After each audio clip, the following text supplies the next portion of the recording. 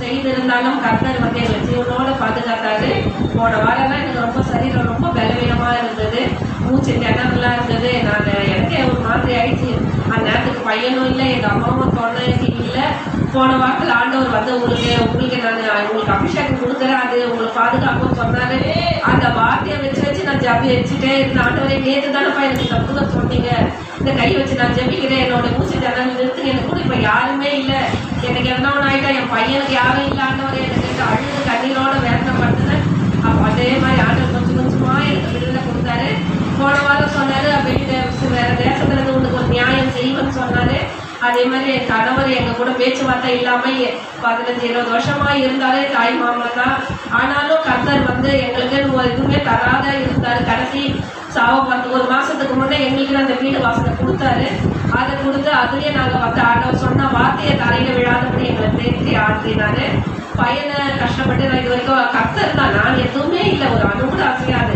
கர்த்தர் தான் எல்லாமே என்னோட இருந்தார். 12க்கு நான் வேண்டுதல் வச்சேன், ஆண்டவரே படிக்க வைக்கலைன்னா இவங்க ஊரோட போனாங்க, படிக்க வைக்காத வேலை செஞ்சு சாப்பிட்டாங்கன்னுட்டு. எங்களுக்கு பெரிய ஃபேமிலி, அவங்களாம் ரொம்ப அவமானமாக படுத்துவாங்கன்னு இந்த பையனை எப்படியோ படிக்க வைக்கணும்னுட்டு இதே மாதிரியே வேண்டுதல் வச்சேன்.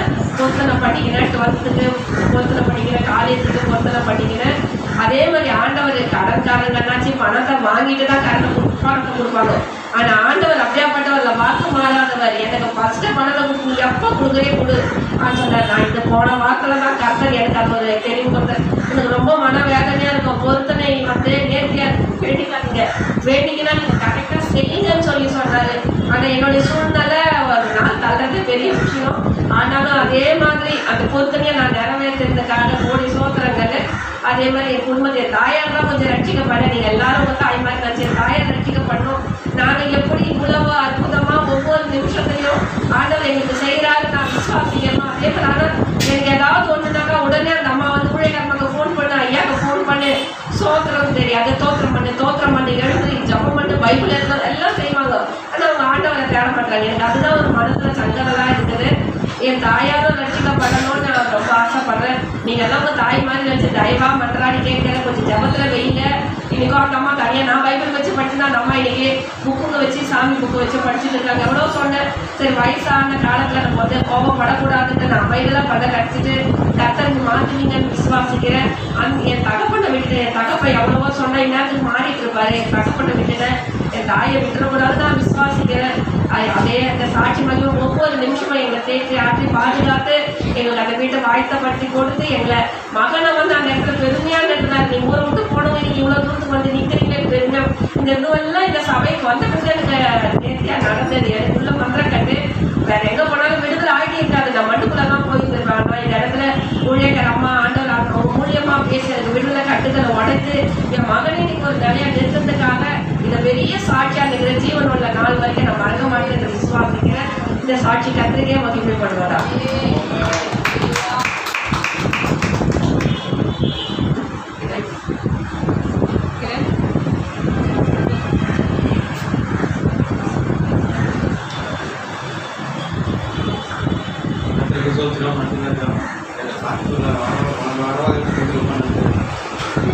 ரெண்டு வாரத்துக்கு முன்னாடி அந்த தாயார் வந்து மாநில 2வது மண்டலம் ஸ்கூல் விட்டாங்க. என்ன பண்ணுறது எதுவுமே தெரியாது. வந்து ஒரு நாள் மட்டும் தான் வந்து இந்த மாதிரி அடிப்படைச்சு எதுவும் ஃப்ராக்சர் சொல்லிட்டு ஹாஸ்பிட்டல் போய் பார்க்கணும். ஹாஸ்பிட்டல் போயிருந்தோம்னா பிளேட் வைக்கணும், பிளேட் வைக்க ரொம்ப சுலபமாகும். அதுவும் இல்லாமல் வயசாகிட்டு சாமான் தெரியல. அதுவும் இல்லாமல் அந்த தாயார் வந்து அந்த கீழே உள்ள சூழ்நிலை பேச்சு பேச்சு இல்லாமல் மயக்கமாயிட்டாங்க. இன்னும் நம்ம வந்து ஏதோ இதுக்கப்புறம் இல்லவே காலத்துலேயே ராஜா கத்திரை ராஜா இருக்கிற ஒரு நம்பிக்கை நீ மட்டும்தான். அந்த வருடத்தில் நான் என்னோட ஆண்டவருக்கு நம்பிக்கை நன்றி ஆண்டவருக்கு. அதுக்கப்புறம் நீ என்னோட ஆலயத்துக்கு வந்து ஊருக்கு நான் கேட்குறேன். இந்த மாதிரி தாயார் மேலே கீழே விட்டுட்டாங்கன்னு அவங்க சொன்னாங்க.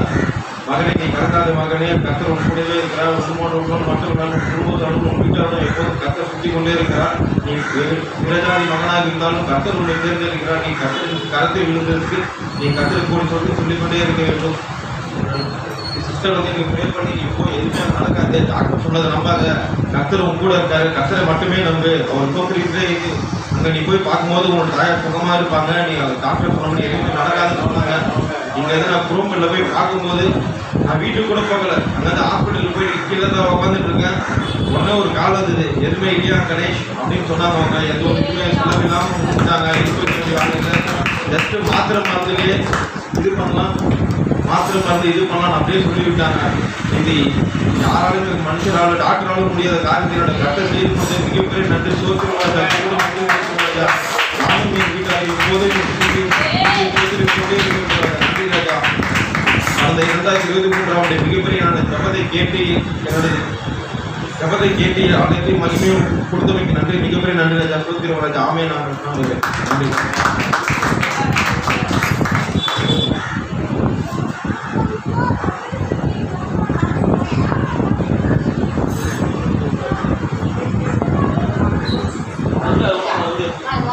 ஆண்டவருடைய பரிசுத்த நாமத்துக்கு ஸ்தோத்திரம்.